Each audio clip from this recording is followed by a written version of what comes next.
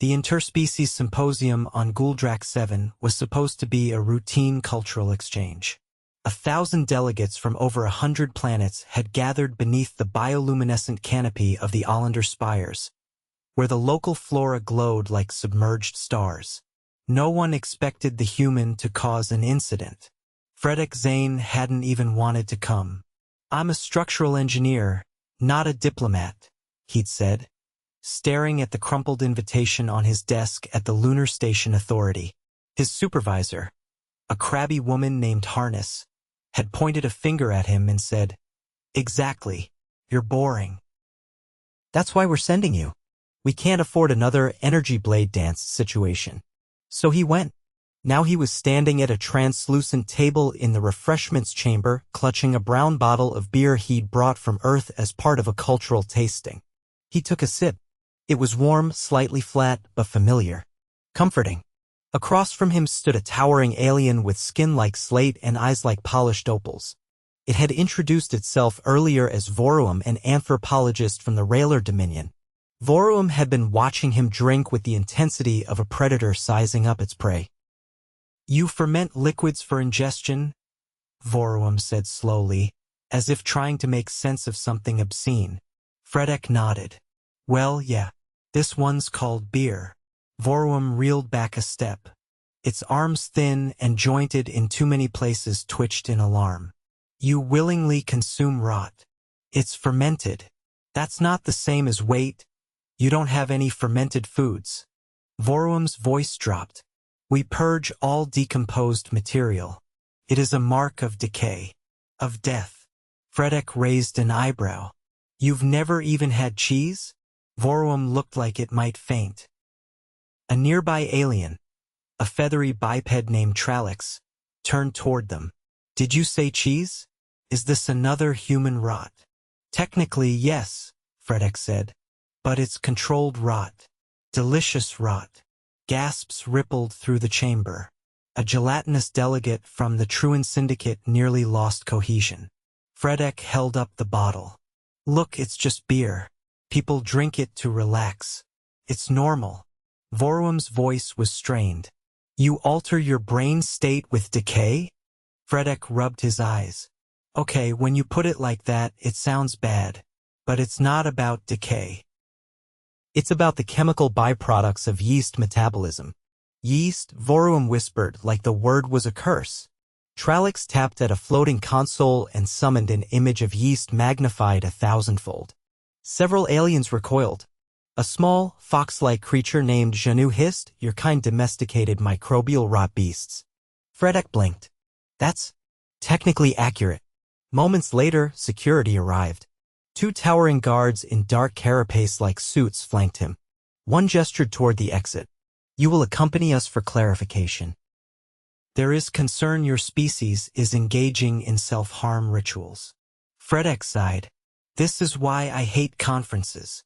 He followed them through a winding corridor into a chamber lined with scanning equipment and glowing panels. Inside was a medical officer, a pale blue creature with 6 eyes and a long sweeping tail. It introduced itself as Dr. Seleuin. "You have consumed a foreign substance," Seleuin said. "It's just beer." "What is its composition?" Fredek sighed again. "Water, malted barley, hops, yeast. It's about 5% alcohol by volume." Seleuin froze. "Ethanol?" "Yeah." Seleuin's upper eyes narrowed. "Do you know what ethanol does to cellular membranes in Railer physiology?" "I'm guessing it's not good. It's catastrophic. Even trace exposure causes neural degradation." "Great," Fredek said. "So, no shots after work for Railers." Seleuin tapped on a floating console. "Your kind ingests this substance recreationally?" "Yes." "For what purpose?" "To unwind, relax, loosen up." Seleuin turned to the guards. "Bring in the cultural liaison." A few minutes later, a lithe, silver-skinned alien named Kirim entered the room. It wore an iridescent sash and carried a datapad. "I have reviewed the cultural index," Kirim said. "It is true. Humans consume ethanol voluntarily. It is a widespread practice. See, Fredek said. Told you. Selyu unfolded its arms. Does this not represent a failure of biological governance? It represents Friday night, Fredek muttered. Karim turned to him.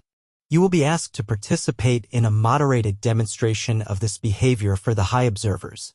Fredek's brow furrowed. You want me to drink beer in front of alien judges? Exactly. I'm not a circus act. It is already in motion. The next day, Fredek stood in a circular amphitheater surrounded by tiered seating. Hundreds of aliens observed from behind shimmering barriers.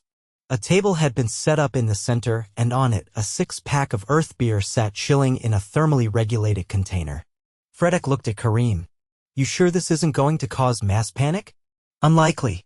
Several species have been briefed. He popped the cap off a bottle and held it up. 2. Diplomacy? He took a swig. Gasps echoed around the chamber. He took another. A speaker system crackled and a voice boomed through the amphitheater. Subject appears unharmed. Neural functions stable. No signs of convulsions. Fredek finished the bottle and set it down. See? Just beer. A long pause followed. Then a 2-headed delegate from the Zalari Combine raised a hand, or the floating equivalent of one. How long until the psychosis begins? There's no psychosis, Fredek said. Unless you drink like 20 of these. 20? Voruum stood at the edge of the arena, visibly shaken. You would subject your body to 20 units of fermented decay? I wouldn't. But some people do. Willingly. Yes. Selyu stepped forward. We need to study your metabolic resistance. Fredek rubbed his temples. I knew I should have called in sick. Over the next week, Fredek was subjected to a battery of tests. Blood analysis, neurological scans, even a psychological profile. The prevailing theory was that humans had evolved to tolerate toxins through centuries of environmental exposure. Voruum remained unconvinced. You drink decay. Rot. You celebrate it, it said during one of their many forced interviews. We celebrate life, too, Fredek replied. Birthdays, marriages. Drinking's just part of that. Your species fascinates me. And terrifies me. Join the club. Then came the incident with the Railer youth delegation. A group of adolescent railers had snuck into the restricted section of the symposium and found the leftover beer from the demonstration. Thinking it was a human nutrient drink, 2 of them drank it. Within minutes, 1 collapsed. Fredek was in the medical bay getting his liver enzymes checked when the emergency came through. He rushed with Selyu to the trauma chamber where the young railer was convulsing. The other one was sobbing uncontrollably. The medics worked fast. An antitoxin was administered, and after an hour, the youth stabilized. But the fear was palpable. Selyu turned to Fredek. Your beverage almost killed a child. Fredek's face went pale. I didn't bring it for kids. It was locked up. Voruum entered, rage in every line of its posture. You brought poison to a neutral planet. It's not poison to us. But it is to us. Fredek didn't argue. There was nothing he could say that would make it better. He sat down on a bench outside the chamber, hands clasped, eyes hollow. Later, Karim approached him. The council is debating whether to ban all human consumables from future summits. I won't fight it, Fredek said. I didn't come here to hurt anyone. Karim studied him. Do you regret bringing it? I regret not thinking it through. A long silence passed. Then Karim sat beside him. You did not act with malice. But intent does not insulate consequence. That is something we all learn. Fredek nodded. You think they'll let me leave? Karim tilted its head. Eventually. Fredek looked up at the stars above the dome. For the first time since arriving, he truly felt far from home.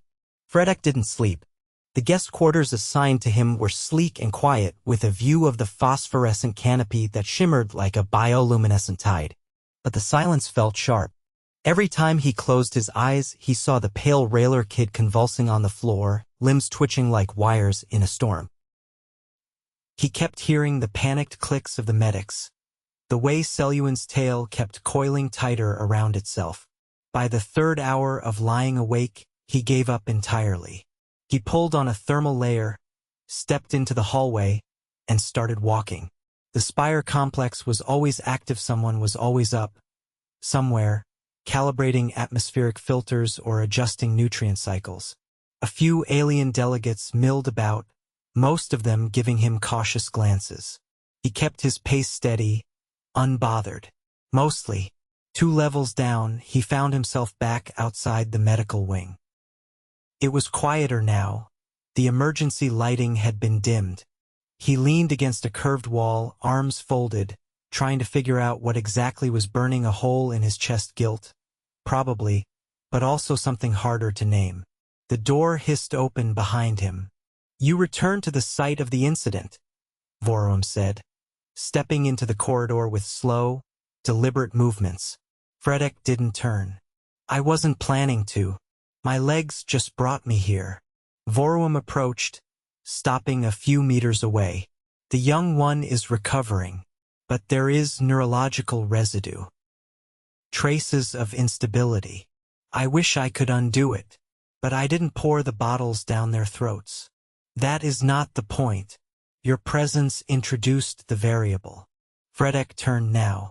"And your kids snuck into a restricted area and drank something they didn't understand. That's not entirely on me." Vorum's head tilted. "There is a human phrase. Passing the buck." Fredek exhaled hard through his nose. "No, I'm not doing that. I'm saying there's a difference between bringing something and weaponizing it. This was never meant to be dangerous." Vorum's gaze narrowed, the opal-like eyes reflecting the overhead light. "Intent is a luxury afforded by those who survive the consequences." Fredek didn't answer. The hallway lights pulsed softly, a slow ambient rhythm like a distant heartbeat. Then Vorum surprised him. "I have requested a joint analysis," it said. "Raylar biochemists will examine your species' tolerance mechanisms. Your cooperation is expected." Fredek scratched his jaw. "You want to dig into why humans can drink alcohol and not drop dead?" "Yes." "And why you choose to?" He let out a tired laugh. "Because sometimes we don't want to feel everything all at once.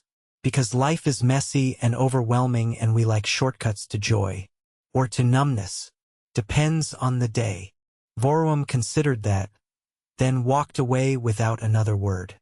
The next morning, Fredek reported to the research chamber on Spire Level 6, where he found a sterile lab dominated by a central biotable and a dozen alien instruments he couldn't name.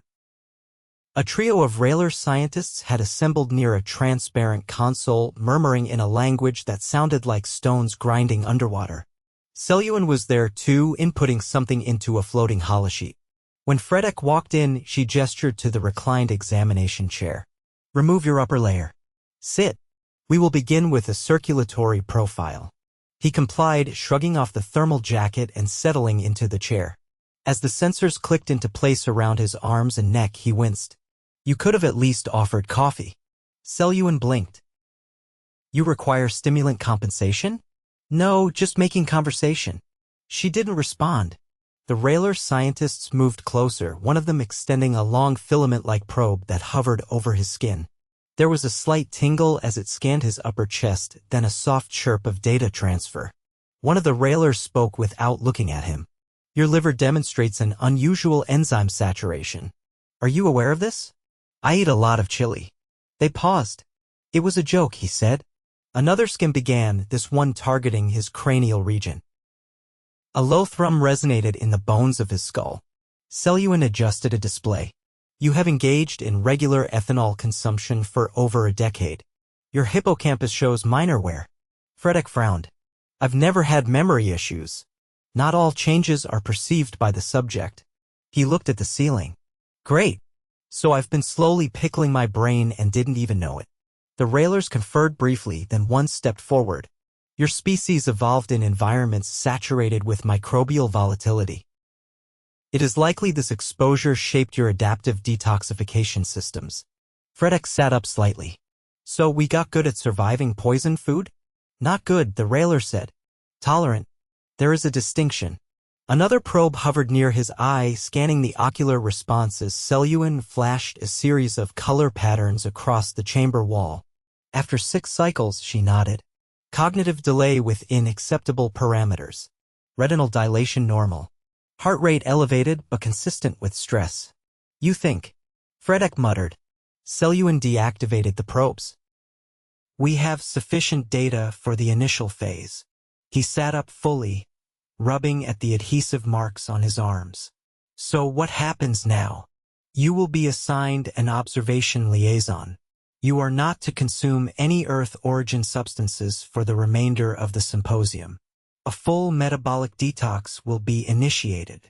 Wait, detox. Zayne didn't look up. We must establish a baseline. Your current state is compromised by residual ethanol processing. Fredek stood. You're putting me through withdrawal. It is necessary. He laughed, but it came out flat.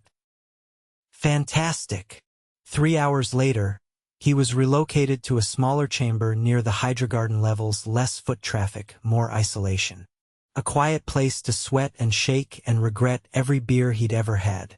The liaison assigned to monitor him was a pale violet being named Gul'drak, with a voice that sounded like sand sliding down glass. It had studied human psychology prior to the symposium and seemed both fascinated and slightly disturbed by everything he did. At one point, when he sat cross-legged on the floor doing breathing exercises, Gul'drak asked if he was summoning internal spirits. No. I'm trying not to vomit. Is this a purification rite? No. It's nausea. Gul'drak scribbled something into its data scroll. By the second day, the headaches came. Not sharp, but dull and persistent, like someone pressing a thumb against the inside of his skull. He drank the electrolyte solution they provided, which tasted vaguely of cucumber and metal. Sleep came in fragments. On the third day, there was a knock, or rather, a proximity chime. The door slid open and Vorwam entered, carrying a sealed container. Fredek sat up from the recliner. Back to accuse me of inventing new toxins? No. I bring a sample. He eyed the container. Of what? Railer ceremonial extract. Brewed from unfermented roots. It is not psychoactive. Then why bring it? To offer contrast. To share a ritual that does not rely on decay. Fredek blinked slowly. Is this a peace offering? Vorwam placed the container on the table. It is an invitation. One you may refuse. He tapped the lid, which opened with a quiet hiss. Inside was a pale green liquid, thick and opaque, with a scent like cinnamon and soil. Fredek hesitated, then took the offered cup. It was bitter, sharp, but not unpleasant. Vorwam watched him drink. We consume this before entering a debate. It sharpens clarity. Fredek wiped his mouth. Well, I'm not seeing visions yet, so I guess I'm doing okay. Vorwam didn't laugh, but it didn't leave either. Later that evening, as Fredek sat alone watching the canopy flicker through the translucent ceiling, he realized his hands had finally stopped shaking. He didn't miss the beer. Not yet. Fredek woke up feeling like his brain had been ironed flat and folded into a filing cabinet. But he was clear. For the first time since the incident with the Railer youth, he wasn't nauseous, twitchy, or drenched in the cold sweat of withdrawal. He blinked at the ceiling, which gently shifted hues from indigo to soft coral, a built-in circadian cue native to the spire's architecture. Gul'drak stood in the corner, arms folded behind its back, watching him like a bird waiting to see if a statue would move. You've returned to baseline, it said without inflection. Your vitals are stable. Fredek swung his legs off the recliner. I'd kill for eggs and toast. Gul'drak made a note with the stylus it always used. We do not serve murder-themed breakfasts. I was being metaphorical. I've marked that as a cultural idiom. It will be cross-referenced for future diplomatic briefings. He rubbed his temples. How many of those briefings are going to be about me? 3 have already been scheduled. He stood slowly, testing his balance. I'm going to need pants that don't have biometric patches sewn into them. Jerax disappeared into the side chamber and returned with a neatly folded bundle of clothes. You are to report to Arbitration Level 2 within the next hour. The Council has requested your presence for a final assessment. Fredek took the clothes, noting they were new, no creases, no sweat stains, no reminder of medical oversight. He changed in silence, then followed Jerax through a narrow corridor that twisted upward into the brighter levels of the spire. The arbitration chamber was quiet when he entered. Not solemn, just observant. The walls were lined with translucent panels displaying live feeds of various ecosystem zones across Gul'drak VII hovering pollen clouds, slow-moving root beasts, a glimmering lake that appeared to breathe. Kareem stood near the center of the room, arms folded neatly against their chest. A small circular table floated between them and a semicircle of seated council members. There were 9 of them, each representing a different delegation: Raylar, Zalari, Truan, 3 lesser-known species with eye configurations that made Fredek's vision itch, and 1 human. A woman with a stiff posture and the kind of gaze that made you want to apologize before she said anything. Kareem gestured to the lone seat near the table. This is not a trial. You are not charged. This is an inquiry. Fredek, Saturday, do I get coffee this time? The Zalari counselor blinked its upper eyelids in a slow rhythm. We were under the impression your species uses liquid decay for stimulant purposes. That's not even close. The human delegate adjusted her collar. Mr. Zayne, please clarify the scope of your intentions when you brought fermented ethanol to the symposium. I brought beer, a small amount, for a tasting. It wasn't meant to be consumed unsupervised, especially not by species with incompatible biology. The Raylar counselor, different from Voruum, older, with a smoother cranial ridge, leaned forward. Yet it was.